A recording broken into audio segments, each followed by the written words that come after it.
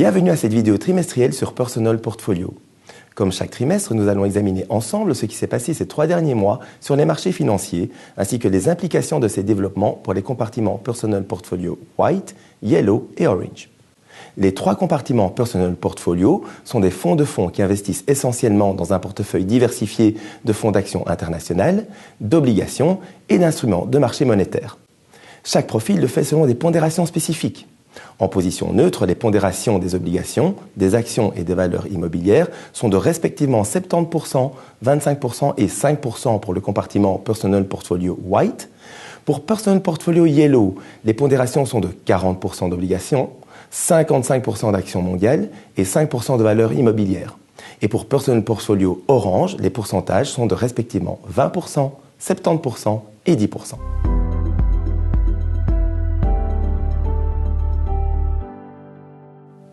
Le 3e trimestre a très bien démarré pour les placements risqués, mais à la mi-août, la volatilité a augmenté sur les marchés en raison des turbulences en Turquie, de l'escalade des tensions commerciales entre les États-Unis et la Chine et des doutes relatifs au budget italien.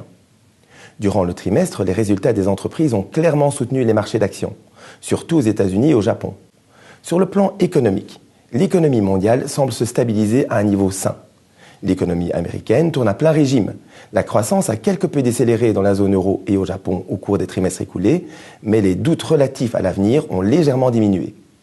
Les récentes mesures de stimulation de la Chine en réaction aux sanctions commerciales américaines compensent en partie les risques protectionnistes. Comme prévu, la Banque centrale américaine a relevé son taux directeur de 0,25%.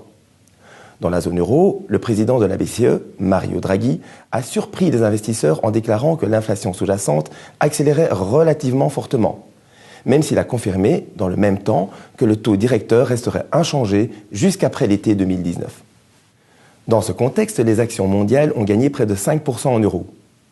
Les États-Unis se sont surtout distingués, suivis par le Japon, tandis que l'Europe est restée à la traîne.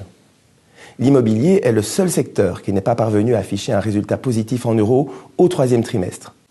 Les obligations d'État en euros ont concédé 1,1%. Le taux allemand à 10 ans est ainsi passé de 0,3 à 0,5%. Le taux italien à 10 ans a été très volatile et a atteint 3%, mais il n'y a guère eu de contamination aux autres pays du sud de l'Europe. Les obligations risquées se sont en revanche remises quelque peu de leur correction du 2e trimestre.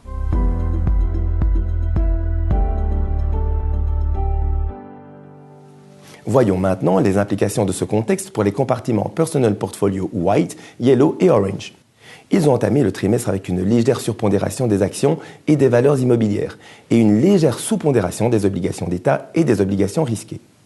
Fin juillet, le poids des actions a été accru, en raison surtout des résultats des entreprises dépassant les attentes aux États-Unis, du climat macroéconomique sain et d'une diminution des tensions commerciales entre les États-Unis et l'Europe. Finalement, les compartiments Personal Portfolio ont évolué en septembre vers un positionnement quasiment neutre dans les différentes classes d'actifs, avec uniquement une modeste surpondération des valeurs immobilières et une légère sous-pondération des obligations d'État. Au sein de la composante actions, l'exposition cyclique a été quelque peu accrue durant les derniers jours de septembre. Sur le plan régional, le poids des actions de la zone euro et du Japon a été renforcé, au détriment des actions américaines. Le Japon est désormais la région favorite pour les actions. La pondération des obligations risquées a légèrement augmenté, grâce notamment à des obligations convertibles et des obligations des pays du sud de l'Europe. La part des obligations des marchés émergents a été quelque peu allégée. Ceci se traduit comme suit pour les 3 compartiments White, Yellow et Orange.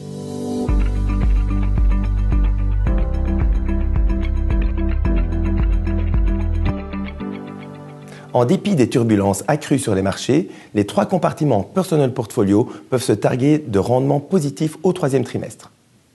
Le compartiment White a ainsi grappillé un peu plus de 0,3% de juillet à septembre.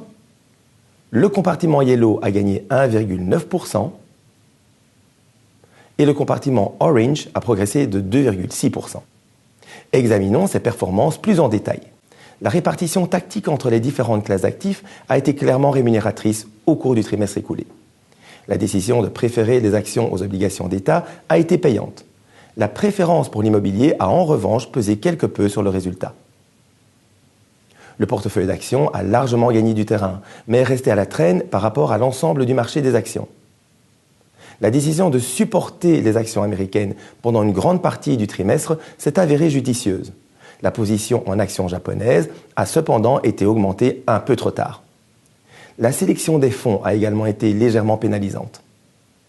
Le portefeuille obligataire a perdu un peu de terrain durant le trimestre, mais a mieux performé que l'indice de référence. La sous-pondération de la duration a ajouté de la valeur grâce à une moindre sensibilité à la hausse des taux. Et les positions en obligations risquées ont aussi apporté une contribution positive. Quelles sont enfin nos perspectives pour les prochains mois ? L'économie mondiale ne s'améliore plus, mais reste saine. Sur le plan régional, les différences de croissance sont actuellement grandes, mais on s'attend à une diminution au cours des prochains trimestres. L'économie américaine profite pour l'instant d'un coup de pouce fiscal, mais cet effet devrait s'atténuer progressivement. En Europe et au Japon, la croissance pourrait accélérer grâce à un redressement de la demande domestique. La plupart des économies émergentes demeurent pour leur part relativement saines. L'impact direct des mesures protectionnistes annoncées jusqu'à présent reste limité, mais il reste à voir quelles conséquences indirectes elles auront à moyen terme. Les risques politiques dans la zone euro, et plus particulièrement en Italie, doivent également être suivis de près. Les fondamentaux des entreprises demeurent néanmoins sains et continuent à soutenir les actions. Dans le sillage de la normalisation de l'inflation et de la politique monétaire, nous prévoyons enfin une hausse graduelle des taux obligataires au cours des prochains trimestres. En résumé, on peut dire que la hausse des risques politiques a incité les compartiments Personal Portfolio à rester quasiment neutres, alors que les solides fondamentaux des entreprises et le sentiment prudent des investisseurs continuent à soutenir les actifs risqués. Compte tenu des mesures de stimulation chinoises, le caractère cyclique de la composante action a été accru et le Japon est désormais la région favorite pour les actions. Nous arrivons ainsi à la fin de ce rapport vidéo. Si vous souhaitez des informations plus détaillées sur les risques, les rendements, les frais et la taxation, il est nécessaire de parcourir les informations clés pour l'investisseur, le KID et le prospectus. Vous pouvez obtenir ces documents gratuitement sur notre site www.personalportfolio.be ou auprès d'ING Belgique qui assure le service financier. Je vous donne rendez-vous au début de l'année prochaine pour dresser un nouveau bilan de la situation.